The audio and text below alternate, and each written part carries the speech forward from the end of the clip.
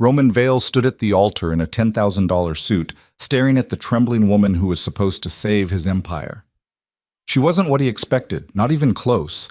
Her hand shook so hard the bouquet nearly fell, and when their eyes met, he saw something that made his chest tighten, pure, unfiltered terror. This wasn't a merger. This was a mistake. But the contract was signed. The guests were watching. And in his world, you didn't back out once the deal was done. What Roman didn't know was that the frightened girl in white would become the only person who could ever bring him to his knees. If you want to see how a ruthless king falls for the bride he never wanted, stay until the end. Hit that like button and drop a comment with your city so I can see how far this story travels. But the Vale estate sat on the edge of the city like a fortress, all black iron gates and stone walls that seemed designed to keep the world out. Roman Vale had bought it 6 years ago with money most people didn't ask questions about, and he turned it into exactly what it looked like. A kingdom for a man who ruled through fear, strategy, and an ironclad refusal to show weakness. He stood in front of the mirror in his bedroom, adjusting his cufflinks with the same precision he brought to every business deal. The suit was custom, charcoal gray with subtle pinstripes, tailored so perfectly it might as well have been a second skin. His reflection stared back at him, all sharp angles and cold eyes. 34 years old and already at the top of a world most people didn't even know existed. Behind him, his second-in-command, Marcus, leaned against the doorframe with his arms crossed. Marcus was older, scarred, and had been with Roman since the beginning. He didn't do sentiment, which made him the perfect person to stand in this room on a day like today. "You ready for this?" Marcus asked. Roman didn't turn around. "It's a contract. I've signed hundreds." "Yeah, but you don't usually have to sleep next to the other party." Roman's jaw tightened, but he didn't respond. The truth was, this marriage wasn't about romance or companionship. It was about power. The Hale family was old money, the kind with roots that went back generations. They had influence in places Roman couldn't touch, connections that opened doors his reputation alone couldn't budge, and they were drowning in debt. The arrangement had been simple. Roman would marry into the family, clear their debts, and in return, he'd get access to their network. It was strategic, clean, exactly the kind of move that had kept him alive this long. "What do you know about her?" Marcus asked. Roman finally turned. "Not much. Daughter, mid-20s, quiet, from what I've heard." "Quiet's good. Means she won't ask questions." Roman didn't answer. He wasn't interested in her personality. He was interested in what she represented, a key to the next level of power. Everything else was irrelevant. The ceremony was set for 2 p.m. at a private estate outside the city. Roman had wanted something small, but the Hales had insisted on a spectacle. Appearances mattered to them, even when they were selling off their daughter to cover their mistakes. The car ride was silent. Roman sat in the back of a black SUV, staring out the window as the city blurred past. Marcus drove, occasionally glancing in the rear-view mirror but saying nothing. There was nothing to say. When they arrived, the estate was already filled with guests. Roman recognized a few faces: business associates, politicians, people who operated in the same shadows he did. The Hales had invited their side too, old money types in expensive clothes who looked at Roman like he was something they'd stepped in. He didn't care. Let them look. In 6 months, they'd be coming to him for favors. The ceremony itself was set up in a garden behind the main house. White chairs lined a stone pathway, and at the end stood an arch wrapped in flowers that probably cost more than most people made in a year. It was all very traditional, very polished, and completely hollow. Roman took his place at the altar and waited. The music started, some classical piece he didn't recognize, and the guests turned in their seats. Roman kept his eyes forward, his expression unreadable. He'd been in boardrooms with men twice his age who tried to stare him down, and he'd never flinched. This was no different. Then the doors opened, and Serafina Hale stepped out. Roman's first thought was that she looked nothing like he'd expected. He'd pictured someone polished, controlled, maybe even a little cold. Someone who understood what this was and had made peace with it. But the woman walking toward him looked like she was being led to her execution. She was small, maybe 5'4", with dark hair pinned back in an elaborate style that didn't quite suit her. The dress was beautiful, lace and silk, fitted at the waist and flowing down to the ground, but it hung on her like a costume. Her face was pale, her lips pressed into a tight line, and her hands gripped the bouquet so hard her knuckles were white. And her eyes. When she looked up and met his gaze, Roman felt something he hadn't felt in years. Unease. She wasn't angry or resigned, she was terrified. The walk down the aisle felt like it took forever. Serafina's father had his arm linked through hers, guiding her forward with a firm grip that looked more like restraint than support. He was smiling, nodding at guests, playing the part of the proud father. Serafina wasn't smiling at all. When they reached the altar, her father placed her hand in Roman's and stepped back.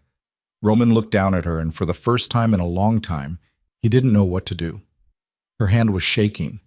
The officiant began speaking, some rehearsed speech about love and commitment that felt obscene under the circumstances.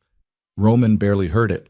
He was too focused on the woman standing next to him, whose breathing was so shallow he thought she might pass out. "Do you, Roman Vale, take this woman to be your lawfully wedded wife?" Roman's voice was steady. "I do." The officiant turned to Serafina. "And do you, Serafina Hale, take this man to be your lawfully wedded husband?" There was a pause. Just a heartbeat, but long enough that Roman felt the tension ripple through the crowd. Serafina's lips parted, and her voice came out so quietly he almost didn't hear it. "I do." The officiant smiled. "Then by the power vested in me, I now pronounce you husband and wife. You may kiss the bride." Roman hesitated. It wasn't something he'd thought about, this part of the performance. But the guests were watching, and hesitation wasn't something he could afford. He leaned in, keeping it brief and impersonal. Her lips were cold, and she flinched when he touched her. It lasted less than 2 seconds, but it felt like the longest moment of his life. The guests applauded. Serafina pulled back immediately, her eyes fixed on the ground. The reception was worse. It was held in a massive ballroom inside the main house, all crystal chandeliers and marble floors. A live band played in the corner, and waiters circulated with champagne and hors d'oeuvres. Roman and Serafina sat at the head table, side by side, but miles apart. She hadn't said a word since the ceremony. Roman watched her out of the corner of his eye. She barely touched her food, just pushed it around her plate with her fork. Her posture was rigid, her shoulders tense, and every time someone approached to offer congratulations, she forced a smile that didn't reach her eyes. "You should eat something," Roman said quietly. She flinched at the sound of his voice, then glanced at him briefly before looking away. "I'm not hungry." Her voice was soft, almost fragile. It grated against everything Roman knew about survival. In his world, weakness got you killed. "People are watching," he said. "You look like you're at a funeral." Her hands tightened around her fork. "Maybe I am." Roman leaned back in his chair, studying her. There was a sharpness to that comment, a flicker of something underneath the fear. He wasn't sure if it was defiance or resignation. "This doesn't have to be difficult," he said. "We both know what this is. Play your part, and I'll play mine." Serafina turned to look at him then, really look at him, and for the first time he saw something other than fear in her eyes. It was sadness. Deep, aching sadness. "You don't know anything about me," she said quietly. Before Roman could respond, her father appeared at the table, all smiles and false warmth.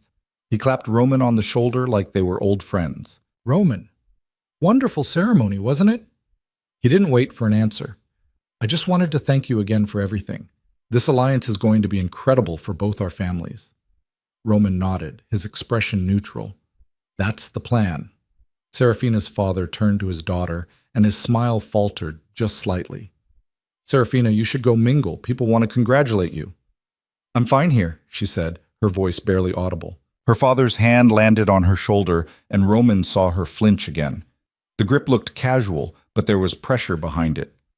"Go," her father said, his tone leaving no room for argument. Serafina stood without another word and walked toward the crowd. Roman watched her go, his jaw tight. "She's just nervous," her father said, sitting down in the chair she'd vacated.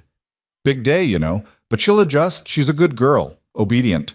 Roman's eyes shifted back to the man beside him. "Obedient?" "Exactly. She knows her duty. You won't have any trouble with her." Roman didn't respond.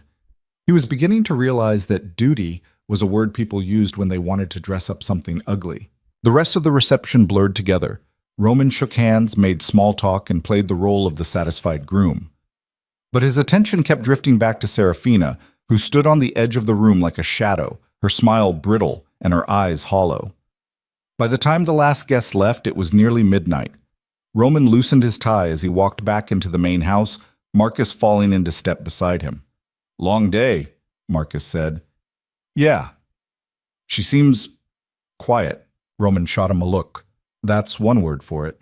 Marcus smirked. "Could be worse. Could have married someone who talks back." Roman didn't answer. They reached the grand staircase, and Marcus stopped at the bottom. "I'll be in the east wing if you need anything," he said.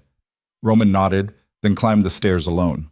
The master bedroom was at the end of the hall, a sprawling space with floor-to-ceiling windows that overlooked the estate. Roman had barely spent any time in it. He usually worked late and crashed in his office, but tonight it had been prepared for two. The door was slightly ajar. Roman pushed it open and stepped inside. Serafina was standing by the window, still in her wedding dress. She hadn't turned on the lights, and the only illumination came from the moon outside. Her back was to him, her shoulders hunched like she was trying to make herself smaller. Roman closed the door behind him, and the sound made her jump. She turned quickly, her eyes wide, and for a moment neither of them moved. "I didn't mean to startle you," Roman said. She didn't respond, just stared at him like he was a stranger. Which, he supposed, he was. Roman crossed the room slowly, keeping his movements deliberate. He didn't want to spook her more than she already was. When he reached the bed, he shrugged off his jacket and draped it over a chair. "You should get some rest," he said. "It's been a long day." Serafina's hands twisted together in front of her. I know what's expected." Roman paused, his hands on his tie. "What?" "Tonight," she said, her voice trembling. "I know what's supposed to happen." Realization hit him like a punch to the gut. She thought, "I'm not going to touch you," Roman said flatly. She blinked, confusion flickering across her face. "But the contract—" "I don't care about the contract," he said, cutting her off. "Not tonight." Serafina stared at him, and Roman could see the disbelief in her eyes. She didn't trust him. He didn't blame her. "You can have the bed," he said, turning away. "I'll take the couch." "Why?" The question stopped him. He turned back to look at her, and the vulnerability in her expression was so raw it made something twist in his chest. "Because you're terrified," he said bluntly, "and I'm not that kind of man." It wasn't entirely true. Roman had done plenty of things that would horrify most people, but this, forcing himself on a woman who looked like she might shatter if he got too close, wasn't one of them. Serafina's eyes filled with tears, and she looked away quickly, like she was ashamed of them. Roman didn't know what to say. He wasn't good at this, at comfort, at softness. So he did the only thing he could think of. He grabbed a blanket from the bed and moved to the couch on the far side of the room. "Get some sleep," he said, his back to her. There was a long silence. Then quietly she whispered, "Thank you." Roman didn't respond. He lay down on the couch, staring up at the ceiling, and wondered what the hell he'd just gotten himself into. The next morning, Roman woke to sunlight streaming through the windows.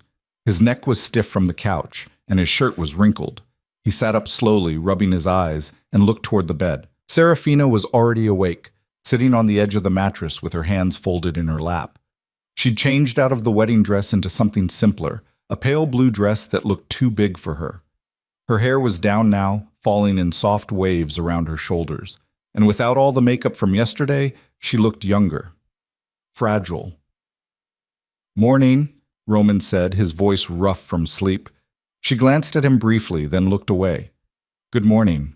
Roman stood and stretched, his joints popping. "You sleep okay?" "Not really." He wasn't surprised. He hadn't slept well either. There was a knock at the door, and a moment later a staff member entered with a breakfast tray. She set it down on the table by the window, gave a small curtsy, and left without a word. Roman gestured toward the food. "You should eat." Serafina stood and walked over slowly, like she wasn't sure if it was allowed.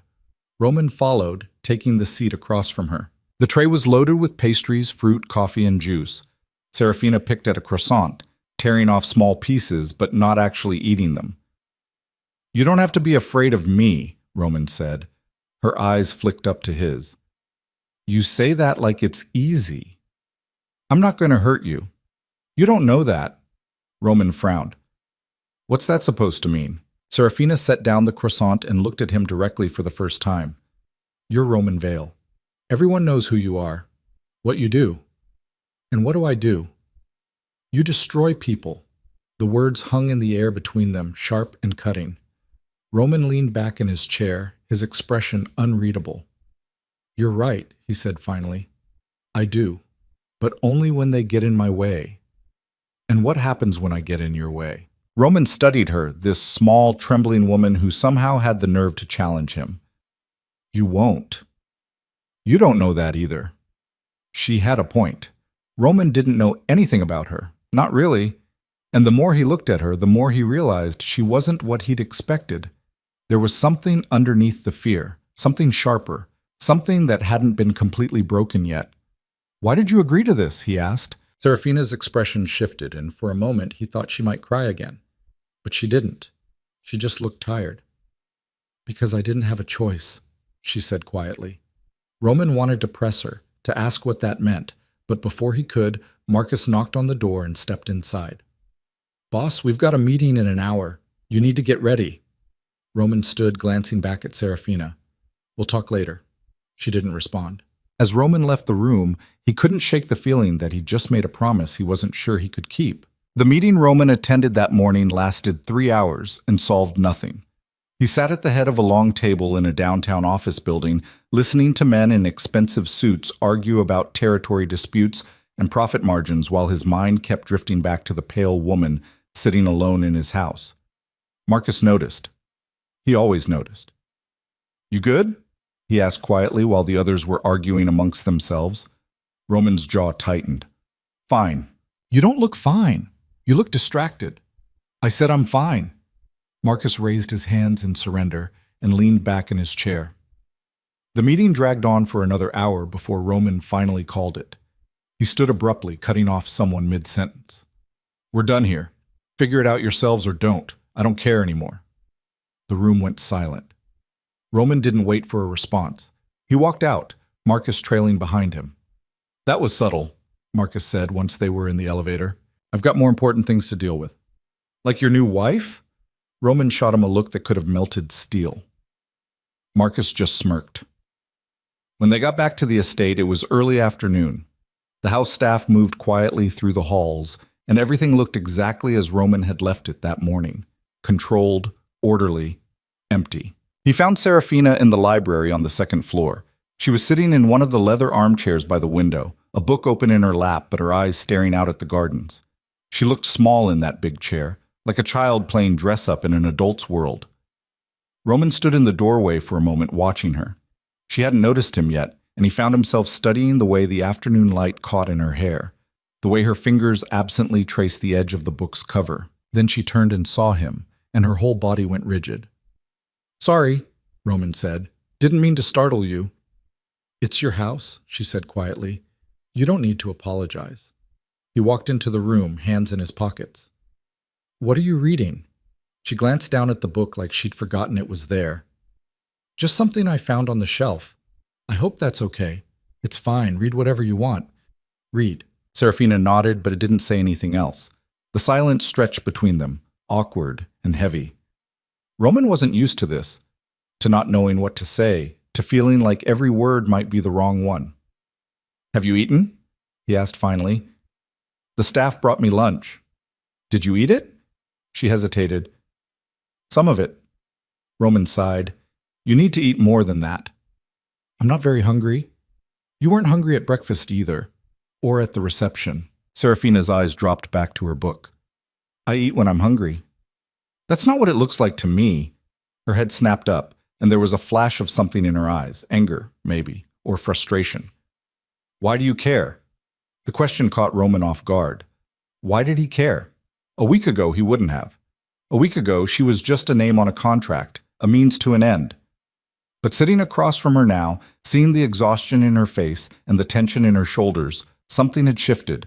I don't know, he admitted. The honesty seemed to surprise her. She blinked, her expression softening slightly. At least you're honest about it. Roman sat down in the chair across from her. Can I ask you something? You're going to anyway. Fair point. Yesterday you said you didn't have a choice. What did you mean? Serafina's fingers tightened on the book. Does it matter? It might. She was quiet for a long time, staring down at her hands. When she finally spoke, her voice was barely above a whisper. My father gambled away everything. The house, the savings, all of it. And when that wasn't enough, he started borrowing from people who don't forgive debts. Roman's stomach sank. He knew exactly what kind of people she was talking about. He came to you, Roman said. No, he came to someone worse, someone who makes you look like a saint. That was saying something. Roman leaned forward, his elbows on his knees. And the marriage was his way out. It was the only way out. Your offer cleared the debt, and then some. All he had to do was hand over his daughter like she was part of the furniture. The bitterness in her voice was sharp enough to cut. Roman understood now why she'd looked so terrified at the altar. She hadn't been marrying him. She'd been sacrificing herself. What about your mother? He asked. Dead. Cancer 6 years ago. Siblings? A brother and a sister, younger, still in school. Roman sat back, processing this. So you did this to protect them. Wouldn't you? She looked at him directly, and the challenge in her eyes was unmistakable.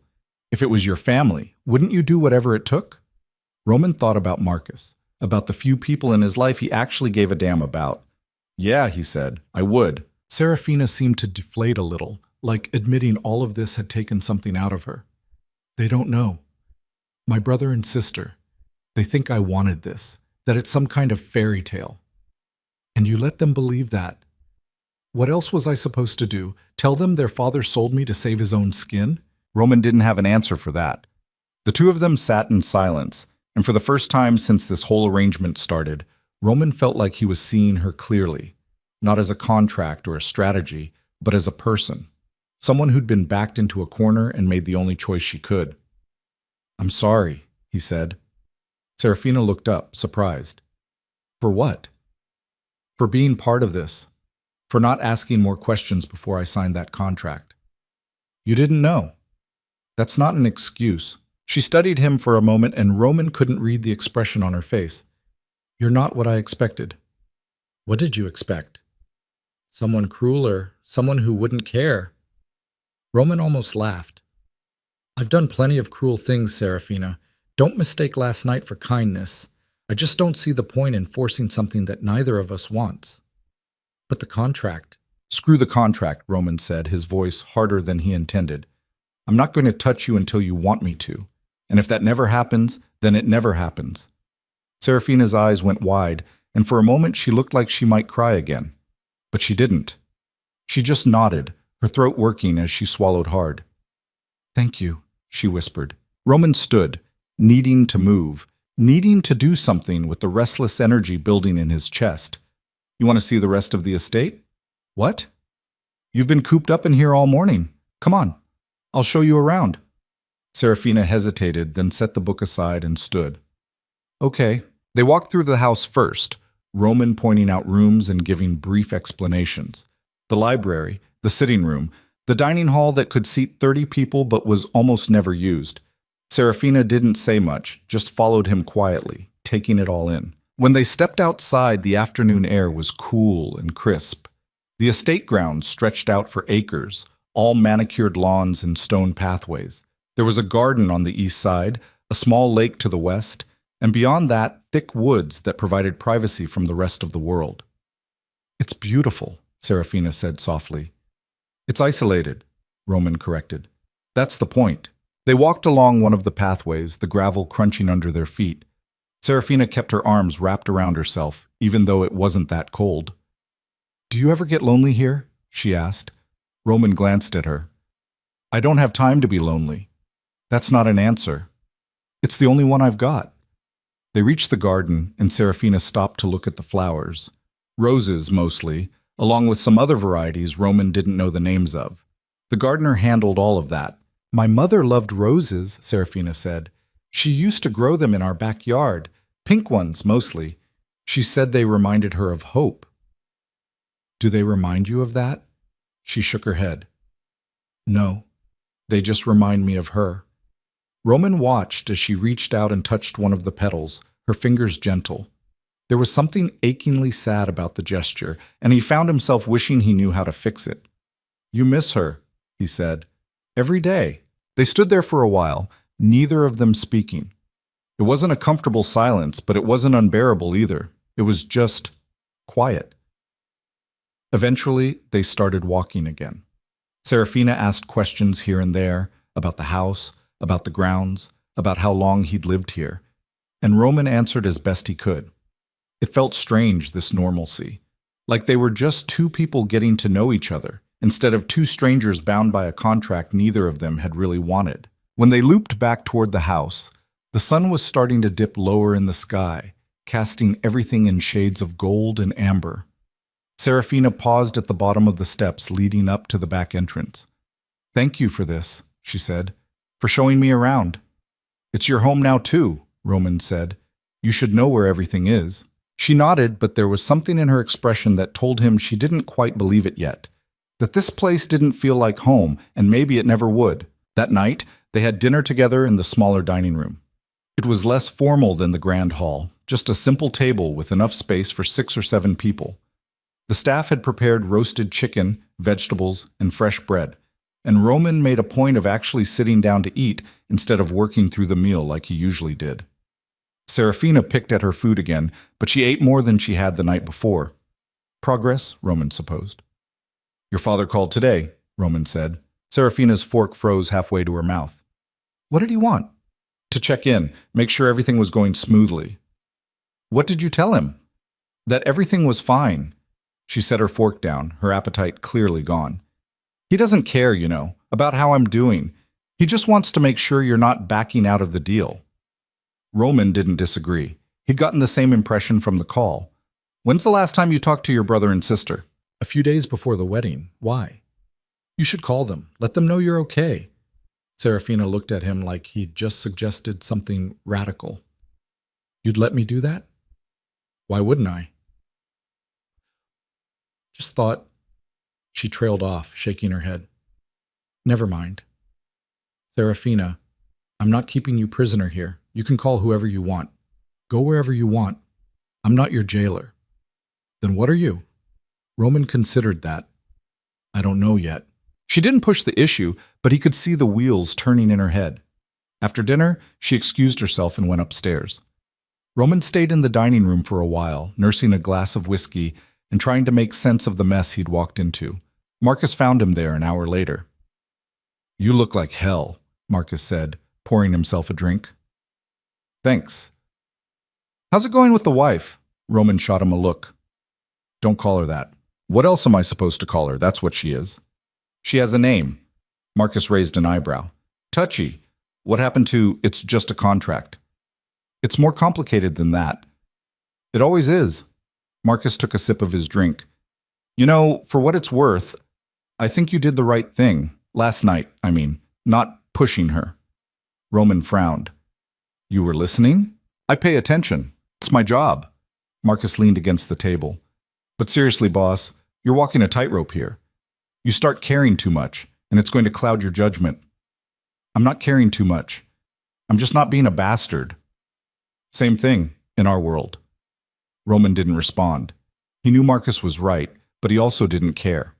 There were lines he wouldn't cross, no matter how much it complicated things. Upstairs, Serafina stood by the window in the master bedroom, staring out at the dark grounds.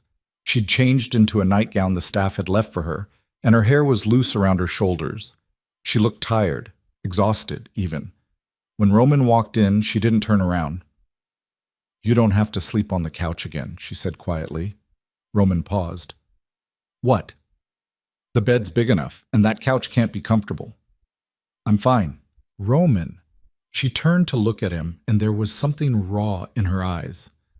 "I'm not afraid of you. Not anymore, not like I was." "You should be," he said before he could stop himself. "Why? Because of your reputation? Because of what people say you've done?" "Because it's all true." Serafina crossed the room slowly, stopping a few feet away from him. "I've spent my whole life being afraid of things I couldn't control.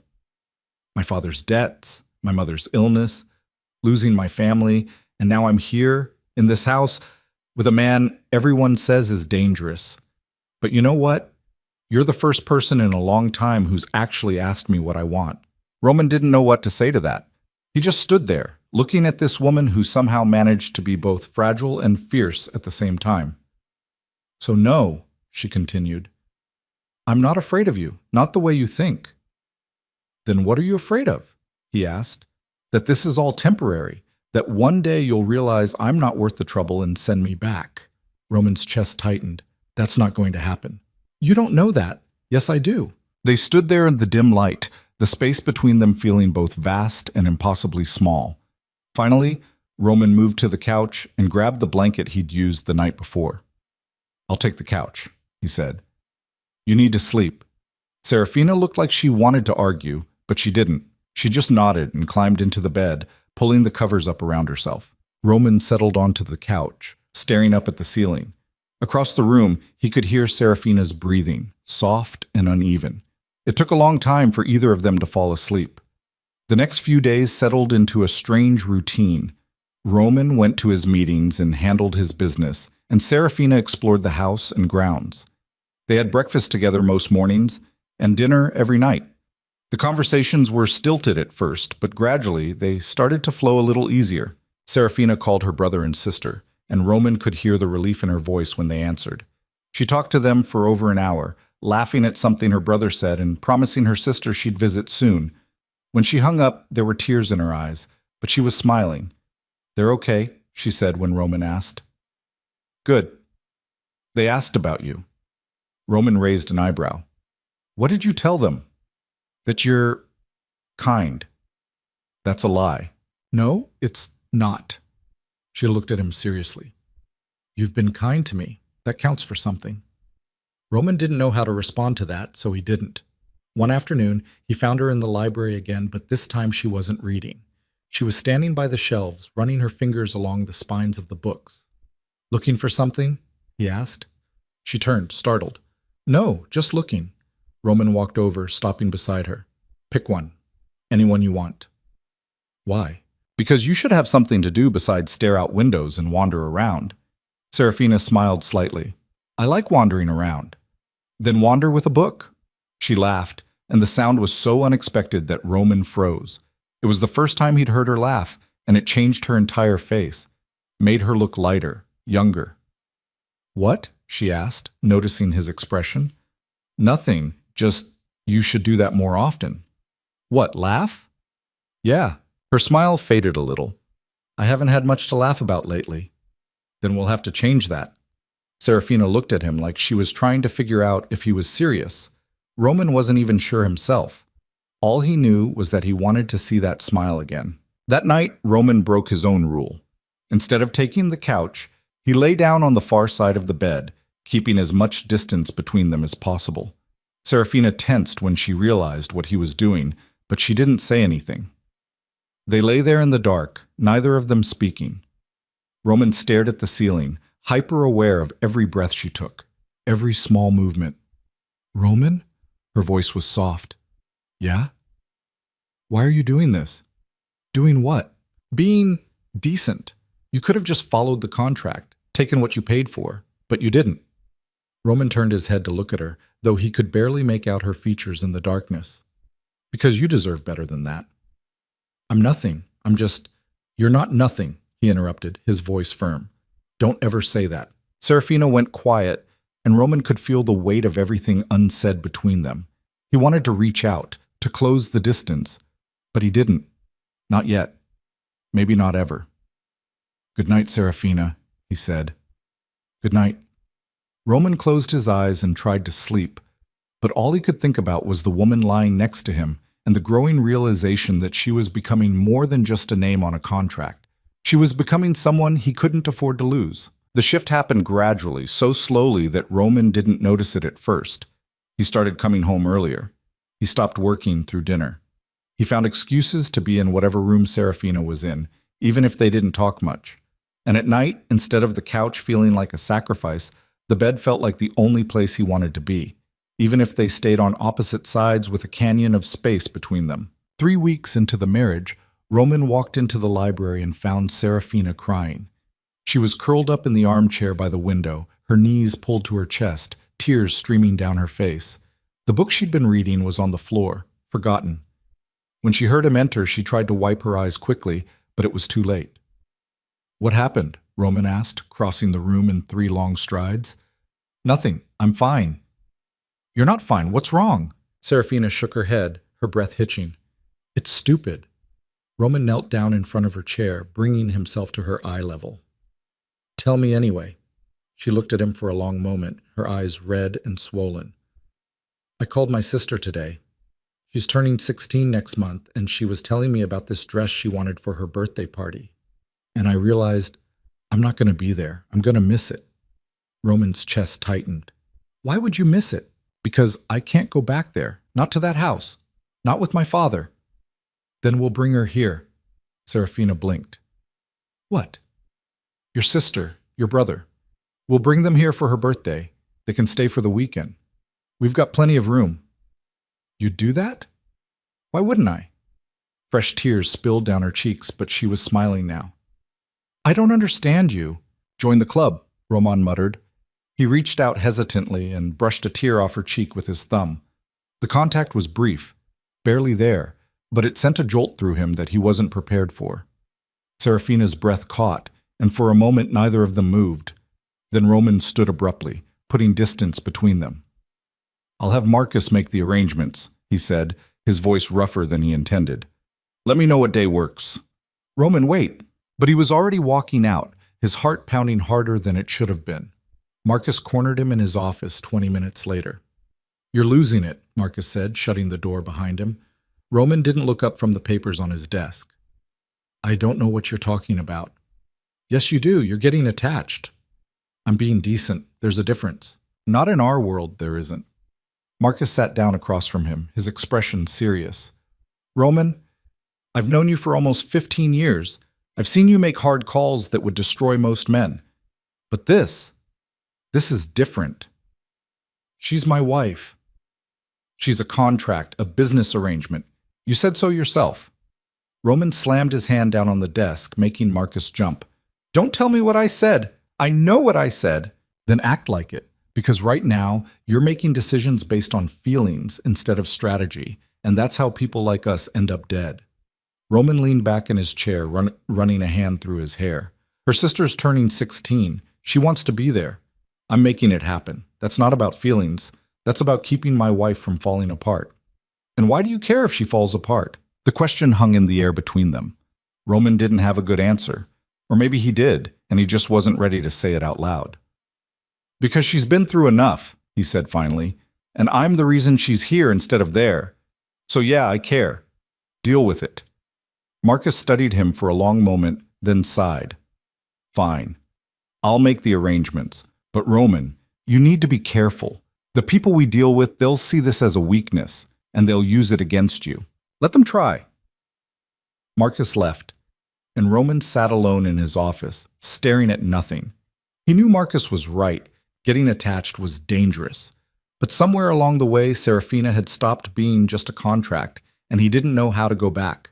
The day of Serafina's sister's birthday party arrived faster than Roman expected. He'd had the staff prepare 2 of the guest rooms, and he'd arranged for a car to pick up Lily and James from their father's house. Serafina had been anxious all morning, pacing the hallway and checking her phone every 5 minutes. "They're going to love it here," Roman said, trying to reassure her. "You don't know that. What if they think it's too much? What if they feel uncomfortable? Then we'll make them comfortable. Stop worrying." But she couldn't. Roman could see it in the way she twisted her hands together, in the way she kept glancing toward the front door. When the car finally pulled up, she practically ran outside. Roman followed at a slower pace, hanging back to give them space. He watched as Serafina threw her arms around a tall, lanky teenage boy with dark hair and the same eyes as his sister. That had to be James. Behind him was a younger girl, maybe 15 or 16, with long brown hair and a shy smile. Lily. "Sarah," Lily squealed, hugging her sister tight. "I can't believe we're actually here." "I missed you so much," Serafina said, her voice breaking. James pulled back and looked up at the house, his eyes going wide. "This place is insane." "It's a bit much, isn't it?" Serafina said, laughing. "A bit? Sarah, this is like something out of a movie. Serafina turned and saw Roman standing on the steps. Her smile faltered slightly, and he could see the nervousness creep back in. She gestured for him to come closer. Lily, James, this is Roman, my husband. The words still sounded strange coming from her mouth. Roman stepped forward and extended his hand to James first. Good to meet you, Roman said. James shook his hand, his grip firm but his eyes wary. You too. Lily was less reserved. She looked Roman up and down, then smiled. You're taller than I thought you'd be. Roman raised an eyebrow. What did you think I'd be? I don't know. Older, maybe. Meaner looking? Lily, Serafina hissed, her face turning red. But Roman laughed. It's fine. Come on, I'll show you around. The tour of the house took almost an hour. Lily asked a million questions, and James stayed quiet but observant, taking everything in. Roman found himself watching Serafina more than anything else.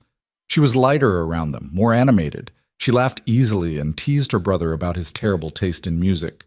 It was like seeing a different version of her, one that hadn't been weighed down by fear and obligation. That night, they had dinner in the main dining hall. The staff had outdone themselves: roasted lamb, garlic potatoes, fresh salad, and a chocolate cake for Lily's birthday. Candles flickered on the table, and for once, the massive room didn't feel so empty. Lily couldn't stop smiling. This is the best birthday ever. Wait until you see your present, Serafina said. You got me a present? Of course I did. What kind of sister would I be if I didn't? After dinner, Serafina handed Lily a wrapped box. The girl tore into it like a kid on Christmas morning, then gasped when she saw what was inside. It was the dress she'd mentioned on the phone, pale pink with delicate embroidery along the hem.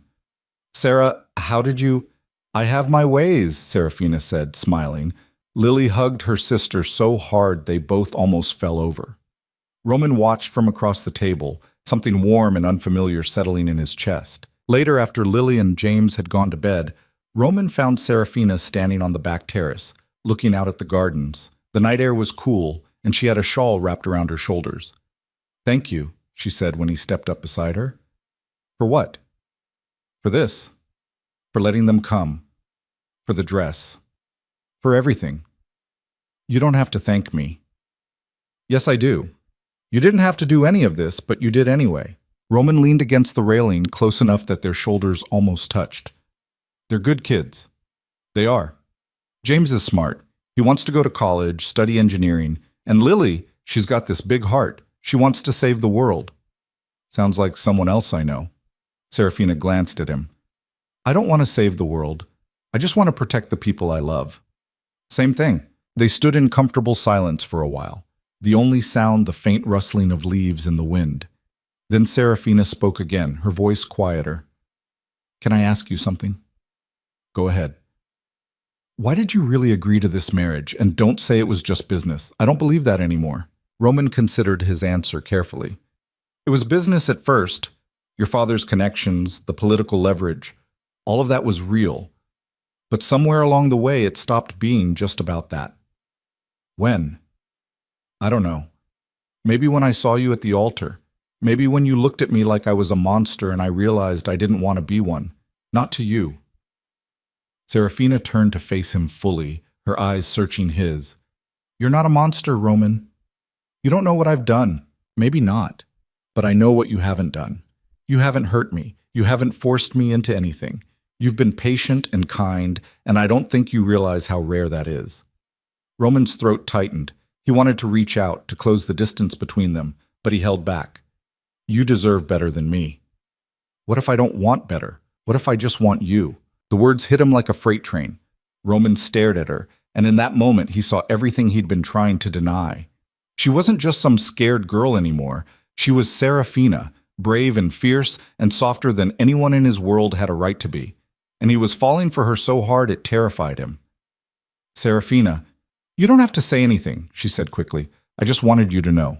Before he could respond, she turned and walked back inside, leaving Roman alone on the terrace with his thoughts spinning out of control. The next morning, James cornered Roman in the study. Can we talk? The kid asked, his expression serious. Roman gestured to the chair across from his desk. Sure. What's on your mind? James sat down, his hands clasped in his lap. I wanted to thank you for taking care of Sarah, for bringing us here. You don't have to thank me. She's my wife. It's what I'm supposed to do. Yeah, but not everyone does what they're supposed to do, especially not in our family. Roman leaned back in his chair. You talking about your father? James nodded. He's a coward. He sold Sarah to save himself, and he doesn't even feel bad about it. When we found out about the wedding, he acted like it was some big accomplishment, like he'd done her a favor. Roman's jaw tightened. What did Sarah say? Nothing. She never says anything bad about him, even though she should.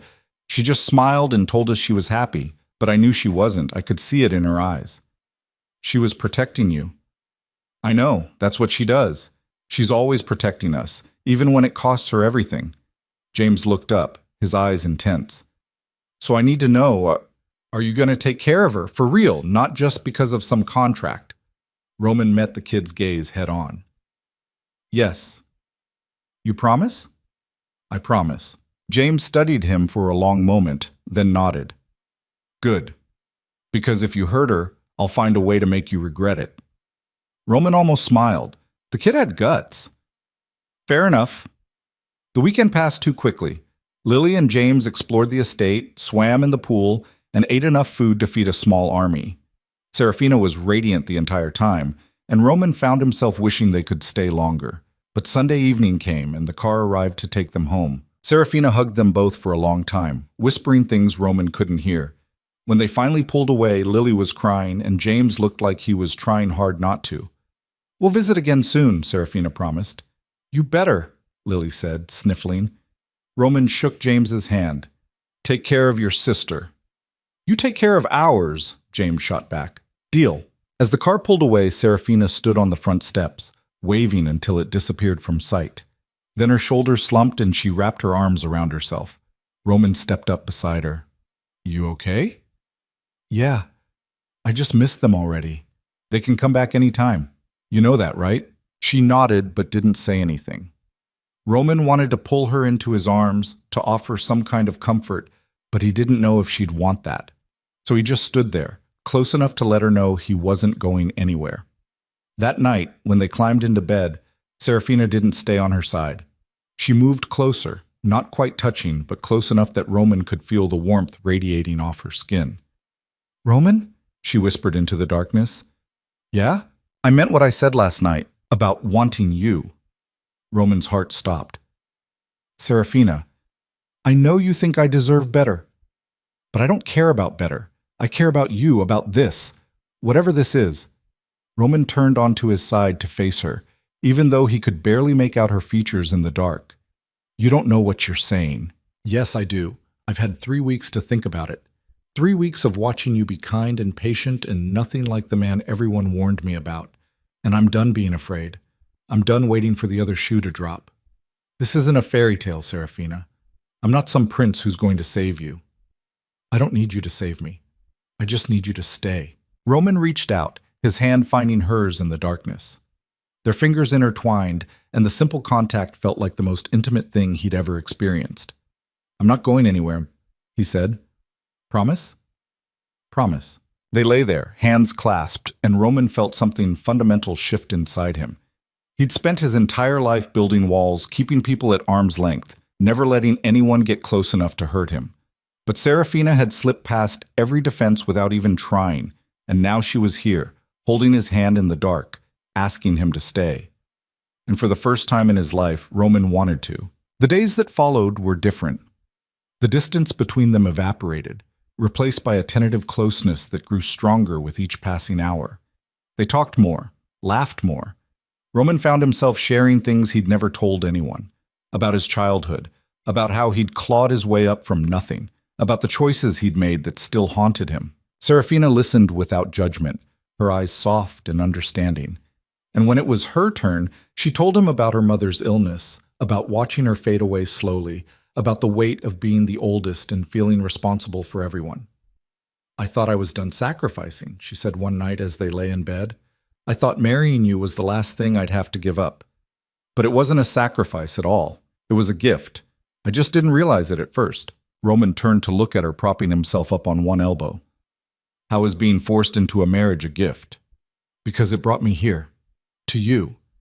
And I know that sounds crazy, but it's true. I'm happier now than I've been in years. Even though you're stuck with me. Especially because I'm stuck with you.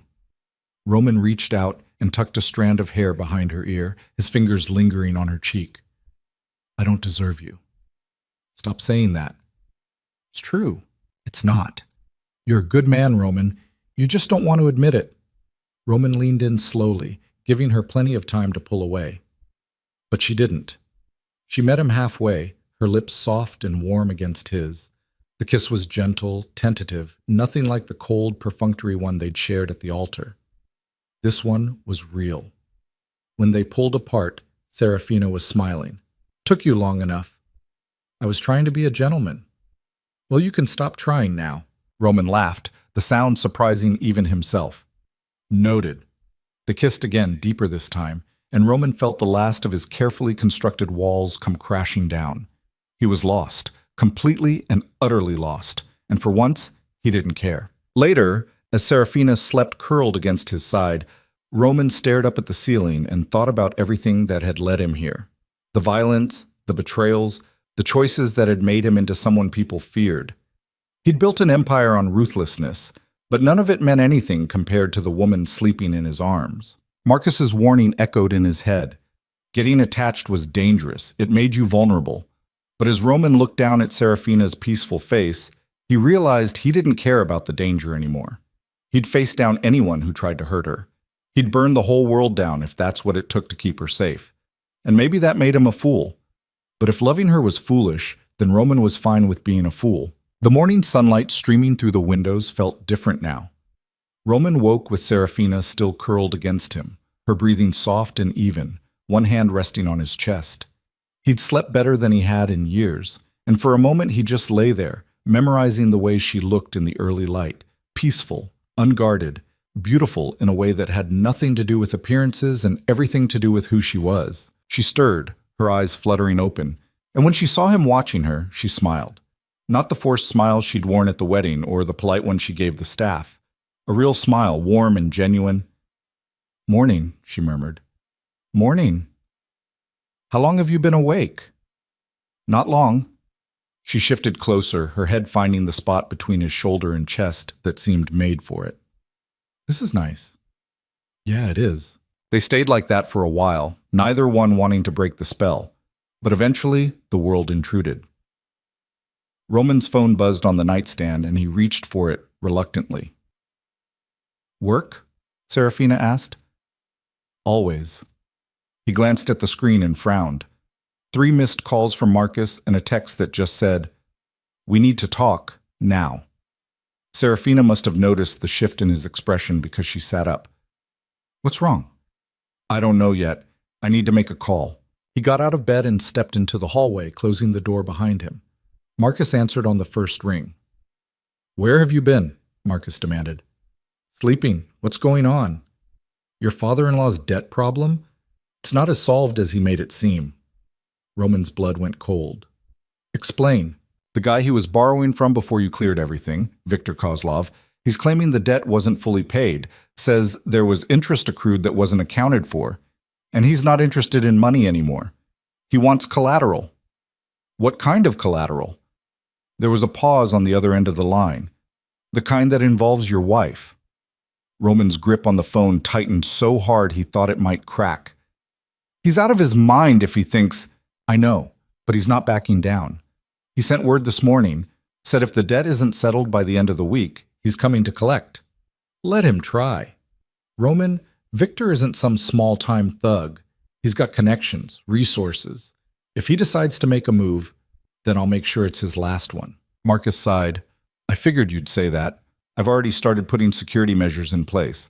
Extra men on the estate, surveillance upgrades. But you need to tell her. She has a right to know what's coming." Roman closed his eyes, his jaw clenching. "I will." "And Roman, be careful. This guy plays dirty." "So do I." He hung up and stood there for a moment, trying to calm the rage building in his chest. Someone was threatening Serafina. Someone thought they could use her as leverage, as a bargaining chip. And that someone was about to learn exactly why people feared the name Roman Vale. When he walked back into the bedroom, Serafina was sitting on the edge of the bed, already dressed.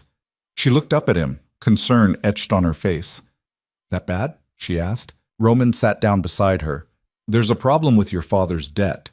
Her face went pale. "I thought you cleared it." "I did, but apparently the man he borrowed from has decided that wasn't enough. He's claiming there's still money owed, and he wants payment." "How much?" "It's not about the money. Not anymore." Serafina's eyes widened as understanding dawned. "He wants me. That's not going to happen." "Roman, listen to me." He turned to face her fully, his hands gripping hers. "No one is touching you. No one is taking you anywhere. I don't care who this guy thinks he is or what kind of power he has. You're mine, and I protect what's mine." Serafina's eyes searched his face. "Who is he?" "His name's Viktor Kozlov, Russian. Runs most of the illegal gambling and loan operations in the Eastern District. He's dangerous, but so am I." "What if he doesn't stop? What if—" "Then I'll make him stop. Permanently." The hardness in Roman's voice should have frightened her, but Serafina didn't flinch. Instead, she leaned forward and pressed her forehead against his. "I don't want you getting hurt because of me," she whispered. "And I don't want you getting hurt at all. So we're going to handle this. Together." "What do we do?" "First, you stay here. The estate is secure. I've got men watching every entrance, every possible access point. Second, you don't leave without me or Marcus. And third, you trust me to handle this." Serafina nodded, but Roman could see the fear in her eyes. Not fear of him, but fear for him. It was a strange feeling, having someone worry about him. In his world, people feared him or resented him, but they didn't worry. "I need to meet with some people," Roman said. "Figure out what Victor's real angle is. But I'll be back before dark." "Promise?" "Promise." He kissed her forehead, then her lips, trying to pour every ounce of reassurance he had into that simple gesture. When he pulled away, she was still scared, but she was holding it together. "I'll be fine," she said, like she was trying to convince herself as much as him. "I know you will." Roman met with Marcus and 3 of his most trusted associates in a warehouse across town. The building was nondescript from the outside, but inside it housed everything they needed for this kind of conversation: soundproofing, security, and complete privacy. "What do we know about Victor's movements?" Roman asked, standing at the head of the table. One of the men, a stocky guy named Dmitri, pulled up a file. "He's been making rounds, talking to people who owe him money, putting pressure on them, but he hasn't made any direct moves toward the estate yet." "He's testing the waters," Marcus said, "seeing if you'll blink first. He'll be waiting a long time." "What about the father?" another man asked. "Hale. Is he involved in this?" Roman's expression darkened. "I don't know yet, but I'm about to find out." An hour later, Roman walked into a downtown bar where Richard Hale was nursing what looked like his 3rd whiskey of the afternoon. The man looked worse than Roman remembered, his face puffy and red, his suit wrinkled. He glanced up when Roman approached, and something like fear flickered across his features. "Roman, I wasn't expecting—" "We need to talk." Roman slid into the booth across from him. "Viktor Kozlov." Hale's face went gray. "I don't know what you're talking about. Don't lie to me. I paid off your debts, every single one. So why is Victor claiming you still owe him?" There were some additional costs. Interest, penalties for late payment, which should have been covered in the original agreement. Hale took a long drink, avoiding Roman's eyes. "Victor doesn't see it that way." Roman leaned forward, his voice dropping to something dangerous. "What did you do?" "I didn't do anything. He said the debt was bigger than I thought, that there were conditions I didn't know about. And one of those conditions involves my wife." Hale's hand trembled as he set down his glass. He said if I couldn't pay, he'd take something of equal value." "And you told him about Serafina?" "No, I swear I didn't." Roman's hand shot out and grabbed Hale by the collar, yanking him halfway across the table. "You sold your daughter once. If you did it again, I swear I didn't. Victor already knew. He knew about the marriage, about the contract. He said it was convenient, that you'd taken something that belonged to him." Roman released him, disgust curling in his gut. She never belonged to him. I know, but he doesn't see it that way. He sees her as collateral, as property. Then he's dead. Hale's eyes widened. Roman, you can't. Victor's connected. If you go after him, I don't care who he's connected to. He threatened my wife. That's a death sentence. Roman stood and walked out, leaving Hale slumped in the booth. Outside, Marcus was waiting by the car. Well? Marcus asked. He's useless. But Victor's the real problem. He thinks Serafina's his property, and he's not going to let this go. So what's the plan? We end it. Tonight. Marcus raised an eyebrow. You sure about that? Moving this fast could start a war. Then let it start. I'm not letting this drag out and put her in danger. They drove back to the estate in silence, Roman's mind already working through the logistics. Victor operated out of a club on the east side, a place called the Red Room. It was heavily guarded, but not impenetrable. Roman had taken down bigger operations with less intel. When they pulled through the gates, Serafina was standing on the front steps, her arms wrapped around herself. Relief flooded her face when she saw him, and she ran down to meet him. You're back, she said, her voice breaking slightly. Told you I would be. Roman pulled her into his arms, holding her tight. Over her shoulder, he saw Marcus give him a look that clearly said, You're in deep, and Roman didn't care. That night, after dinner, Roman found Serafina in the library again. She was staring out the window, not reading, just lost in thought. He walked up behind her and wrapped his arms around her waist, resting his chin on her shoulder. What are you thinking about? He asked. Everything. This mess with Victor, my father, how I got here, how you got here. Regretting it? She turned in his arms to face him. No, not for a second. I just wish... She trailed off, her eyes searching his face. What? I wish we'd met differently, under normal circumstances, without all the contracts and debts and danger. Roman brushed a strand of hair behind her ear. If we'd met under normal circumstances, I probably would have scared you off. I don't think so. I think I would have seen through all the scary parts to the person underneath. Eventually. You give me too much credit. And you don't give yourself enough. They stood there, wrapped in each other, and Roman felt the weight of what he was about to do settle over him. Tonight, he was going to end Viktor Kozlov. He was going to walk into that club and make sure the threat was eliminated permanently. It was the only way to keep Serafina safe, but he didn't tell her that. Not yet. Instead, he kissed her, slow and deep, trying to memorize everything about this moment, the way she tasted, the way she felt pressed against him, the small sound she made when he pulled her closer. When they finally pulled apart, she was breathless. What was that for? She asked. Just because? She smiled, and Roman committed that smile to memory too, because tonight he was going to become the monster everyone already thought he was, and he needed to remember why. Later, after Serafina had fallen asleep, Roman slipped out of bed and got dressed in the dark. He pulled on a black shirt, dark jeans, and grabbed the gun he kept in the safe in his closet. Marcus was waiting for him downstairs with 3 other men. You ready for this? Marcus asked. I've been ready. They drove through the city in 2 cars, no headlights, nothing that would draw attention. The Red Room was exactly what Roman expected. Neon lights, a line of people waiting to get in, and 2 massive bouncers at the door. But they weren't going through the front. They parked 2 blocks away and approached from the back, through an alley that smelled like garbage and stale beer. One of Roman's men picked the lock on the service entrance, and they slipped inside. The club was loud, music pounding through the walls. Roman moved through the back corridors with practiced ease, Marcus at his side. They passed storage rooms and offices until they found what they were looking for, a set of stairs leading up to the private rooms on the 2nd floor. Victor's office was at the end of the hall. 2 guards stood outside, but they didn't see Roman coming until it was too late. Marcus took out one with a silence shot, and Roman handled the other with his hands, snapping the man's neck before he could shout. They dragged the bodies into a nearby room and then kicked open Victor's door. The man himself was sitting behind a massive desk, a cigar in one hand and a glass of vodka in the other. He looked up, startled, and then his expression shifted to something like amusement. Roman Vale, I was wondering when you'd show up. We need to talk, Roman said, stepping into the room. Marcus closed the door behind them. Victor leaned back in his chair, completely unfazed by the gun in Roman's hand.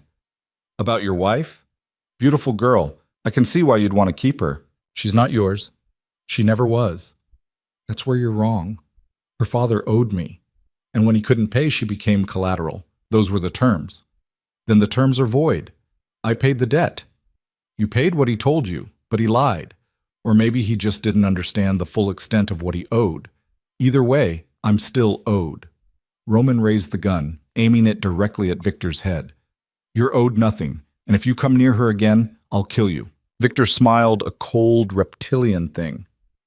You think you're the first man to threaten me?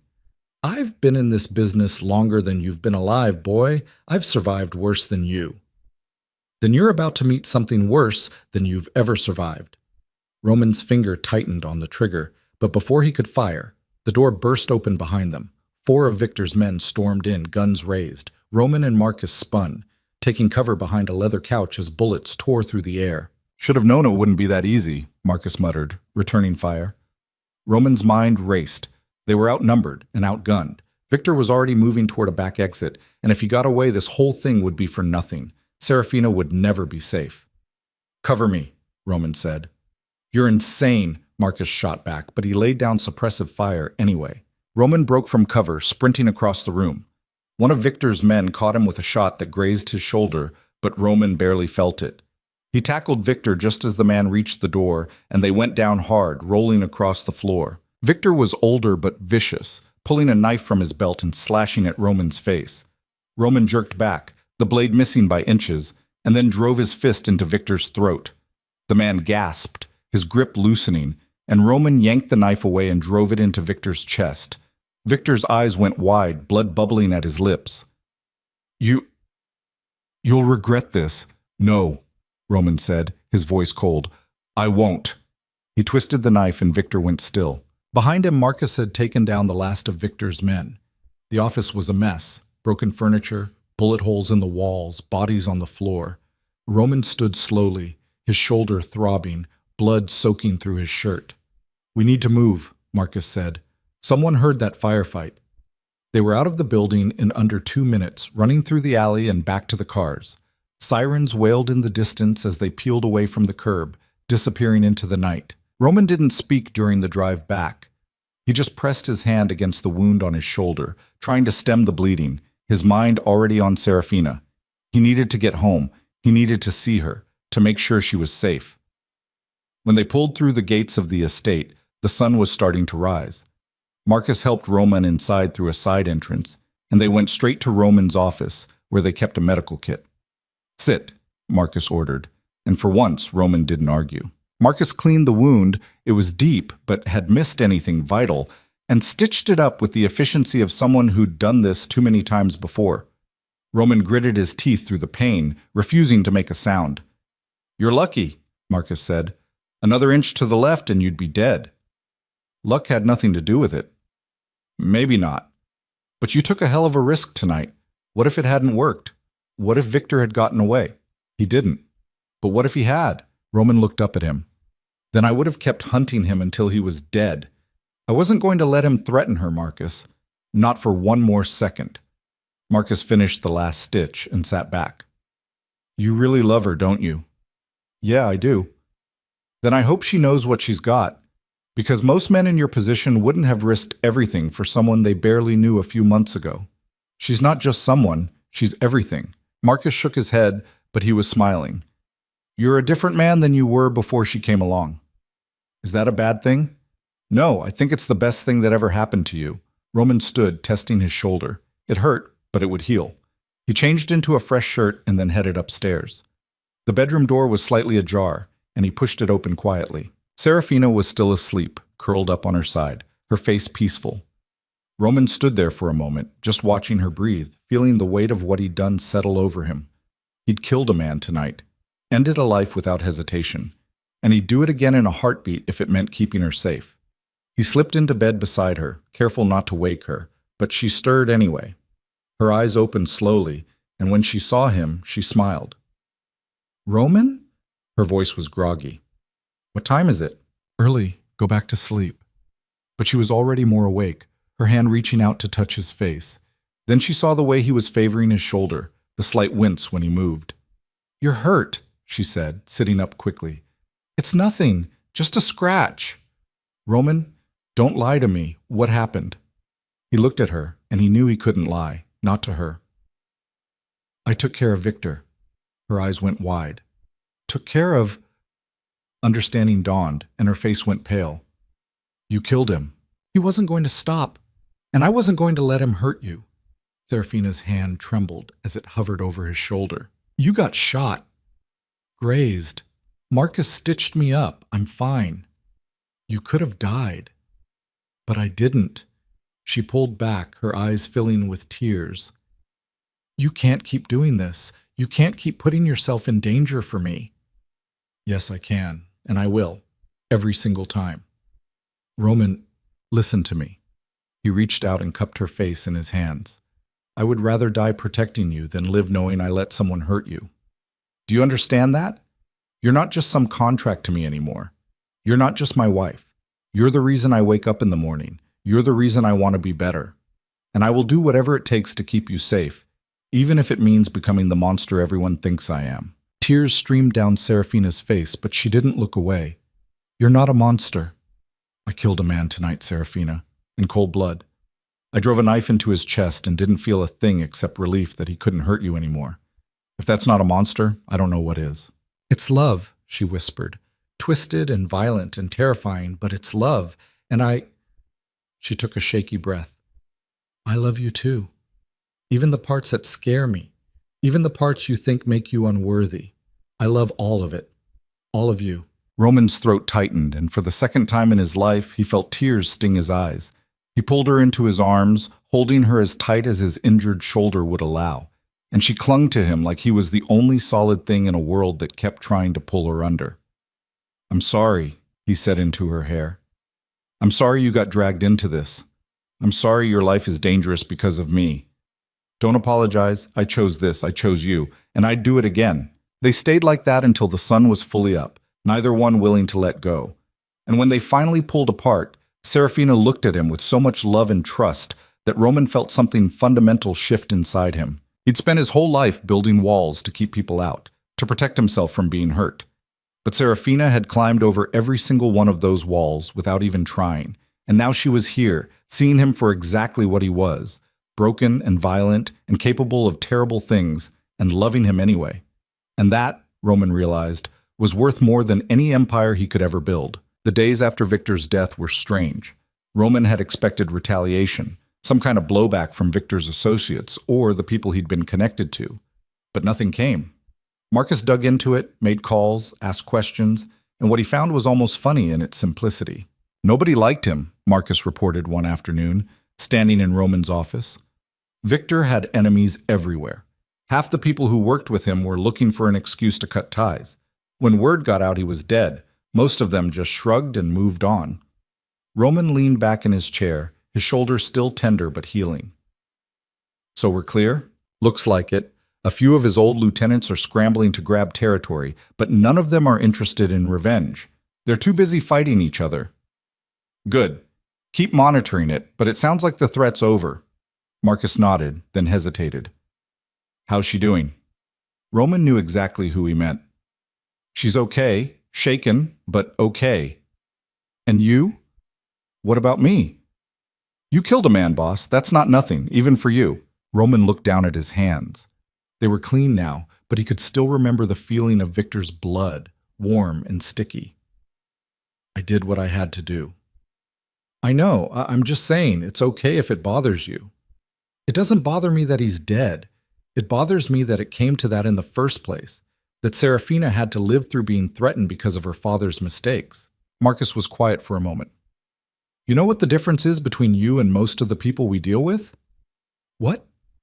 "You actually give a damn about the collateral damage. Most guys in your position would have just handled it and never thought twice about how it affected anyone else. But you care. And that's either going to save you or destroy you. I haven't figured out which yet." After Marcus left, Roman sat alone in his office, thinking about what he'd said. The truth was, killing Victor hadn't bothered him the way it probably should have. What bothered him was knowing that the world he lived in, the life he'd built, would always put Serafina in danger, and he couldn't change that. Not completely. All he could do was be ready when the next threat came, and hope that being ready was enough. That evening, he found Serafina in the garden, kneeling by the roses she'd planted a few weeks ago. She looked peaceful, her hands in the dirt, the setting sun casting everything in gold. When she heard him approach, she looked up and smiled. "They're growing well," she said, gesturing to the new blooms. Roman sat down on the bench nearby, watching her work. "You've got a gift for this. It's just patience. Plants don't need much except time and attention." Sounds familiar. She glanced at him, understanding in her eyes. "How's your shoulder?" "Better. Barely hurts anymore." "You're a terrible liar." Roman smiled despite himself. "Fine. It still hurts. But I'll live." Serafina stood and brushed the dirt from her hands, then came to sit beside him. For a while they just sat there in comfortable silence, watching the sky turn from orange to pink to deep purple. "I've been thinking," Serafina said finally, "about my father." Roman tensed. "What about him?" "I want to see him, talk to him."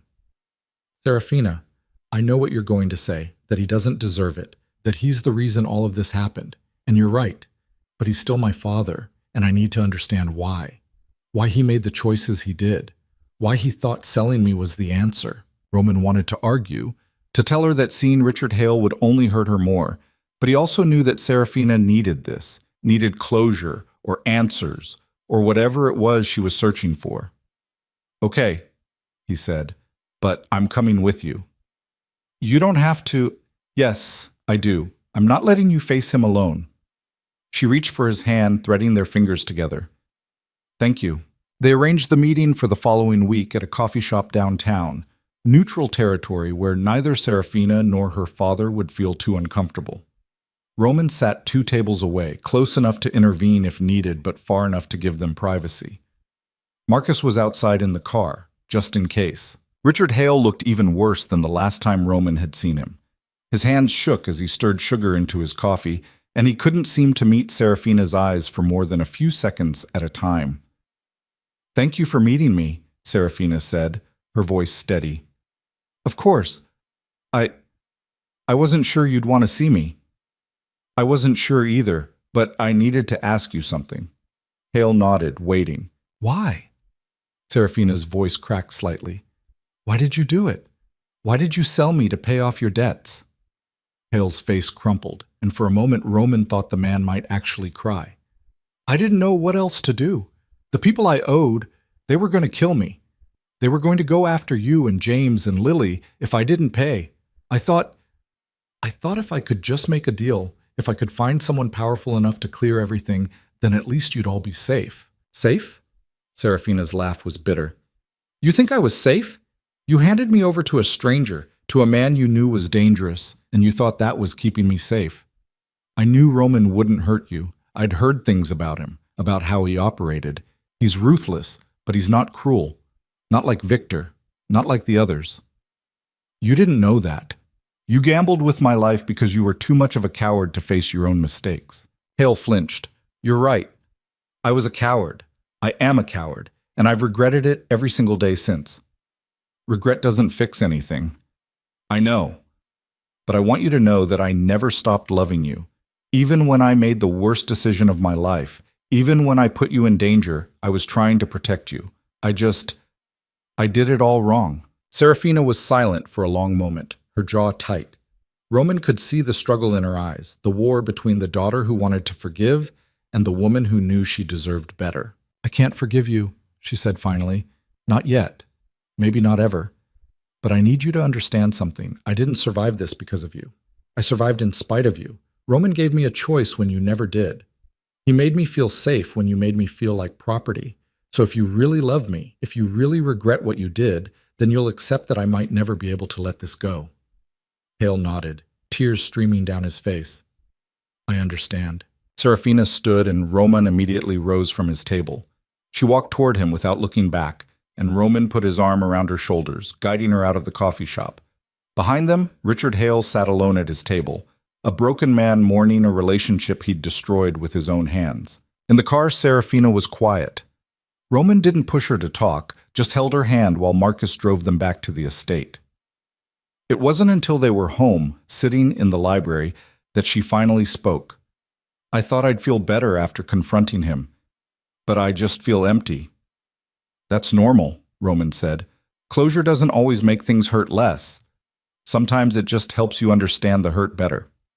Did you ever confront your father about the things he did? Roman had never talked much about his childhood, about the man who'd raised him with fists and cruelty. No, he died before I got the chance. And honestly, I don't know if I would have. Some people don't deserve the energy it takes to confront them. Do you think that's true for my father? I think only you can answer that.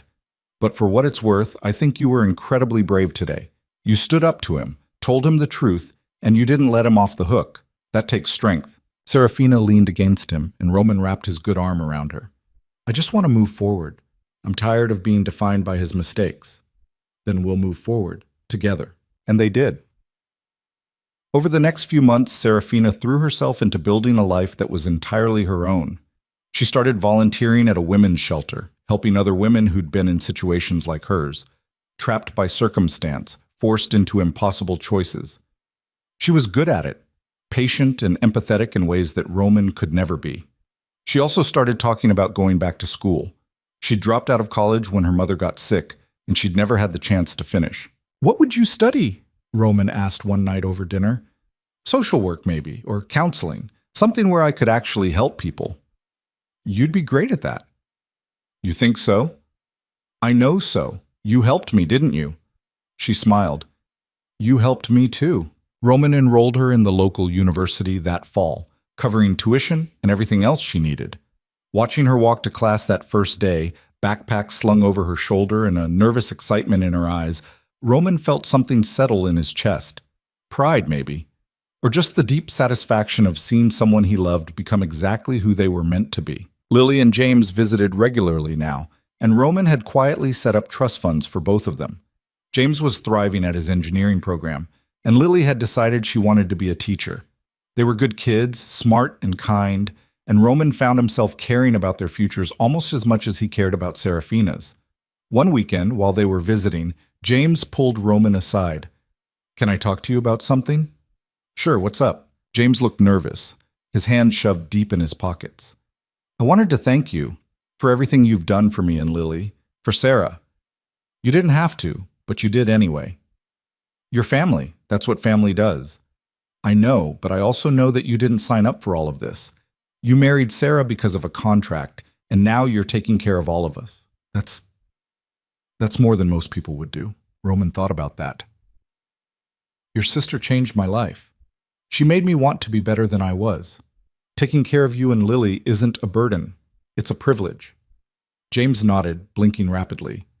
Well, I just wanted you to know that I see it, what you've done for us, and I'm grateful.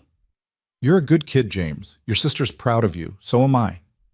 That night, after Lily and James had gone to bed, Roman and Serafina sat on the back terrace, wrapped in blankets against the cool autumn air. James talked to you today, Serafina said. It wasn't a question. He did. What did he say? Just that he's grateful for everything. Serafina smiled. He looks up to you, you know. Both of them do. You're the father figure they never really had. The word hit Roman harder than he expected. Father. He'd never thought of himself that way, never imagined he'd be anyone's role model.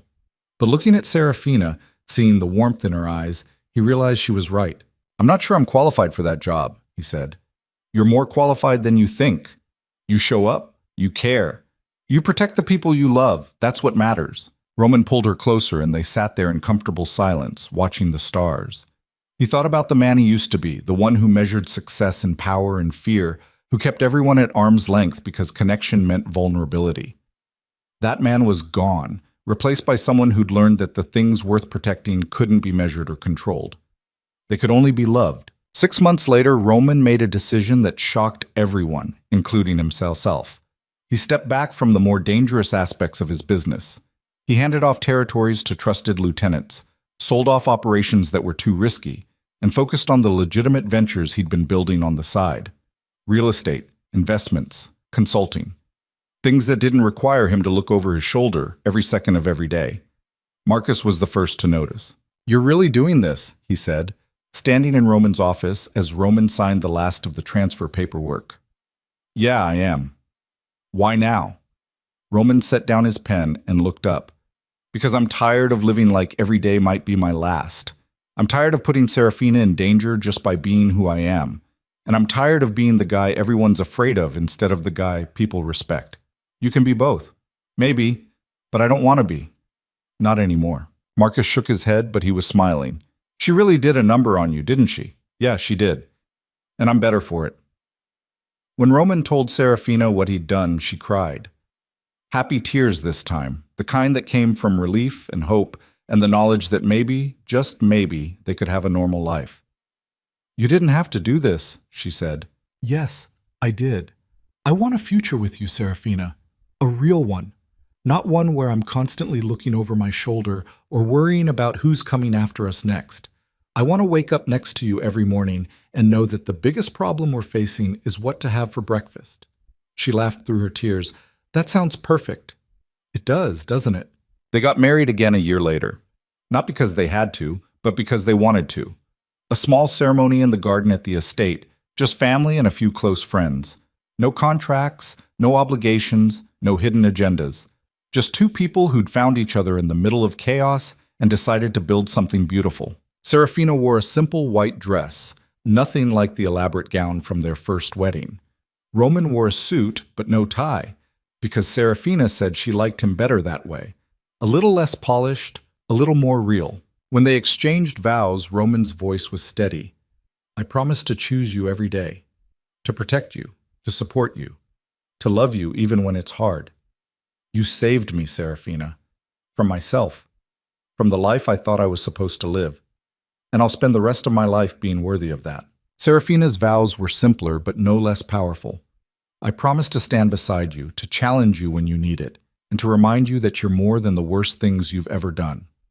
I love you, Roman, not in spite of who you are, but because of it. All of it." When they kissed, the small crowd erupted in applause, and Roman felt something he hadn't felt in years. Joy. Pure, uncomplicated joy. The reception was everything their first one wasn't. Warm, full of laughter, real. Lily and James gave speeches that made everyone cry.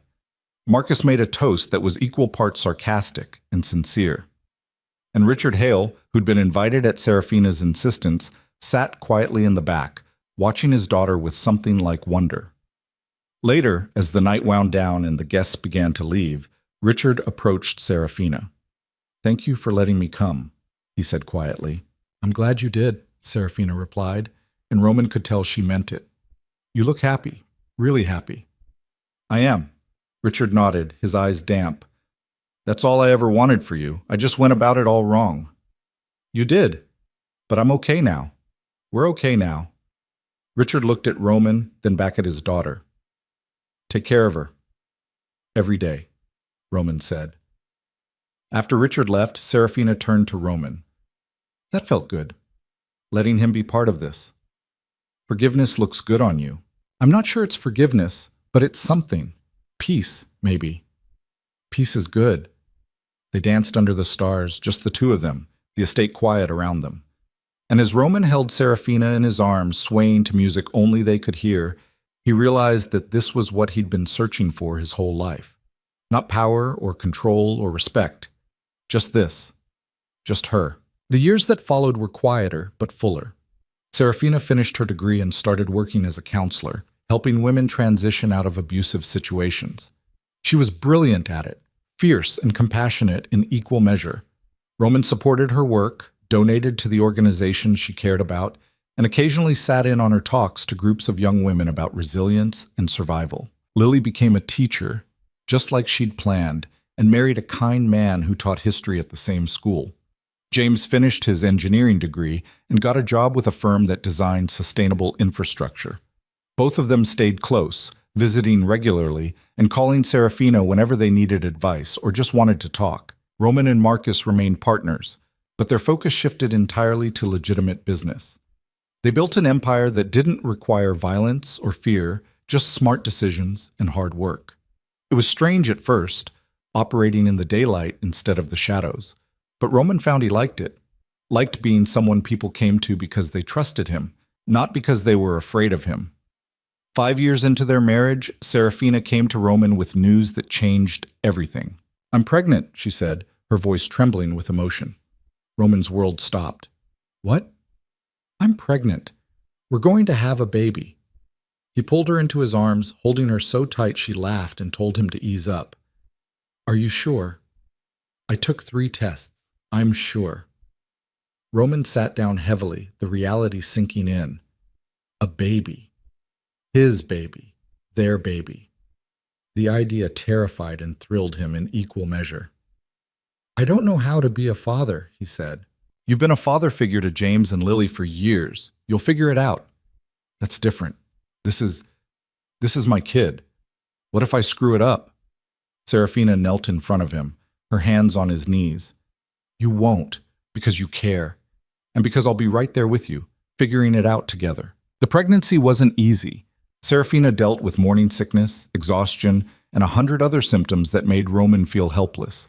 But he was there for every appointment, every craving, every moment she needed him. And when their daughter was born, a tiny, screaming bundle with Roman's dark hair and Serafina's eyes, he knew he'd never been more terrified or more in love. They named her Elena, after Serafina's mother. And as Roman held his daughter for the first time, feeling her tiny fingers wrap around his thumb, he made her a silent promise. He promised to be better than his own father, to give her a life filled with love and safety and every opportunity she could want, to teach her that strength came from kindness, not cruelty, and to make sure she never doubted, not for a single second, that she was loved. Watching Serafina with Elena was like watching something sacred. She was patient and gentle, singing lullabies and rocking their daughter to sleep with a tenderness that made Roman's chest ache. And when Elena smiled for the first time, a gummy, toothless grin that lit up her whole face, Roman felt something shift inside him. This was what mattered, not the empire he'd built or the reputation he'd earned. Just this. Just his family. Lily and James were over the moon about being an aunt and uncle. They visited constantly, spoiling Elena with gifts and attention. Marcus, to everyone's surprise, was incredible with the baby, holding her with surprising gentleness and making faces that sent her into fits of giggles. "Never thought I'd see the day," Roman said, watching Marcus cradle Elena. "Neither did I," Marcus admitted. "But she's pretty great. You did good, boss." "We did good," Roman corrected, glancing at Serafina. 10 years after that first wedding, Roman looked around at the life he'd built and barely recognized the man he used to be.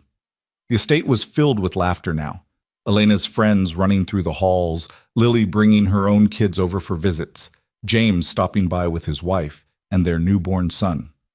Serafina's foundation had helped thousands of families, and she showed no signs of slowing down. Roman's business was thriving, all of it legitimate, all of it built on hard work instead of fear.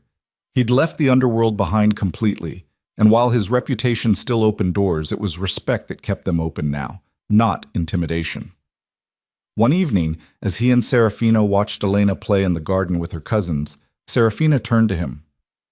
"Do you ever miss it? The old life?" Roman thought about it. "Sometimes I miss the simplicity of it, knowing who the enemy was, having clear rules, but no, I don't miss it. This is better." "Even with all the chaos?" She gestured to the kids running around, screaming with laughter.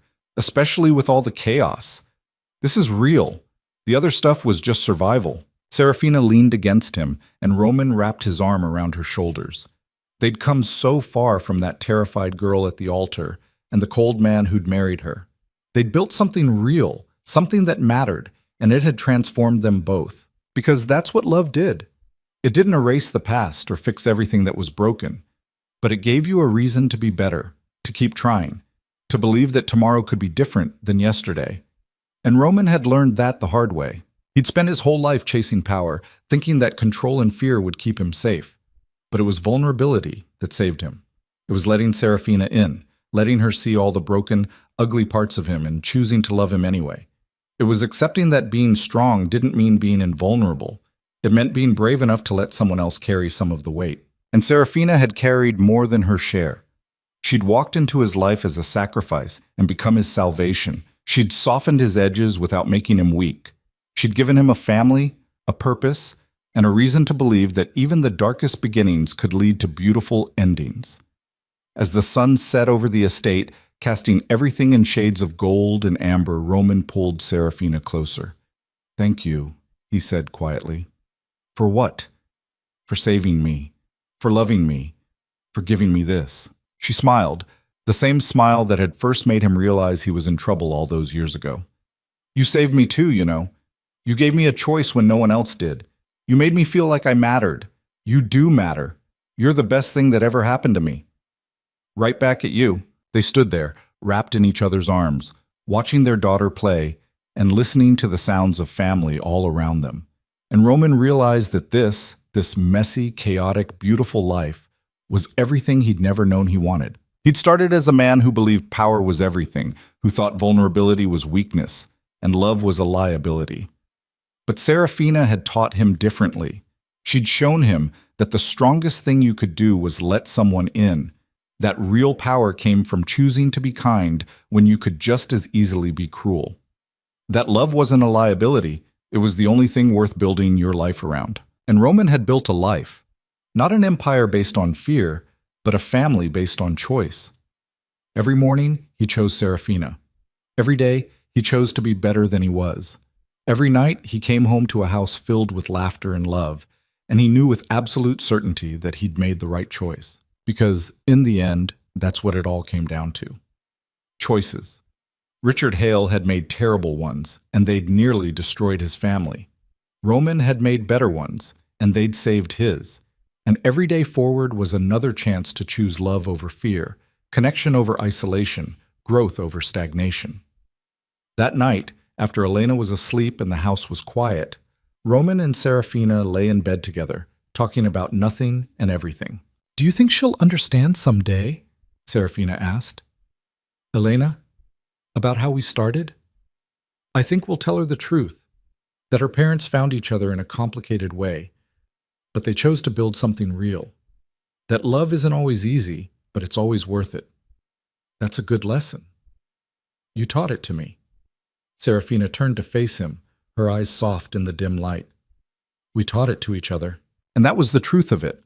They'd both been broken in different ways, both carrying scars that would never fully heal. But they'd found each other, and they'd chosen to build something better. Not perfect, nothing ever was, but real and lasting and worth every struggle it took to get there." Roman kissed her forehead, then her lips, and pulled her close. And as he drifted off to sleep with Serafina in his arms, he felt that same deep peace he'd discovered years ago. The peace that came from being loved completely and loving someone the same way in return. It was the kind of peace he'd spent his whole life searching for, never knowing it was right there all along, waiting for him to be brave enough to reach out and take it. And now that he had it, Roman knew he'd never let it go. Because some things were worth fighting for. Some things were worth dying for. And Serafina, their family, this life they'd built together, these were the things that mattered most. These were the things that transformed a cold, ruthless man into someone capable of tenderness, someone worthy of love. And if that wasn't a kind of redemption, Roman didn't know what was.